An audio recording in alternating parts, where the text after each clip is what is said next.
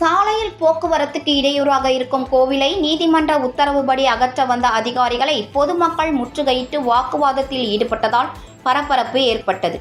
திருவள்ளூர் மாவட்டம் பொன்னேரி வட்டத்திற்குட்பட்ட நெய்தவாயில் கிராமத்தில் எல்லைக்காவல் தெய்வமாக அருள்மிகு முனுசாமி தாத்தா திருக்கோவில் உள்ளது. இந்த கோயிலில் பல ஆண்டுகளாக அப்பகுதி மக்கள் வழிபாடு செய்து வரும் நிலையில் இக்கோவில் போக்குவரத்துக்கு இடையூறாக உள்ளது என்று கூறி தொடரப்பட்ட வழக்கை விசாரித்த நீதிமன்றம் சாலையில் உள்ள ஆக்கிரமிப்பை அகற்றுமாறு உத்தரவிட்டது.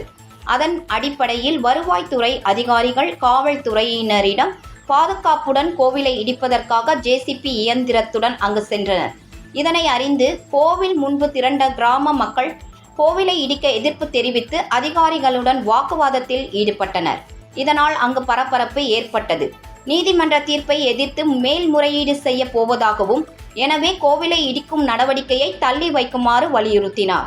இதனைத் தொடர்ந்து கோவில் இடிப்பு நடவடிக்கையை அதிகாரிகள் தற்காலிகமாக கைவிட்டனர்.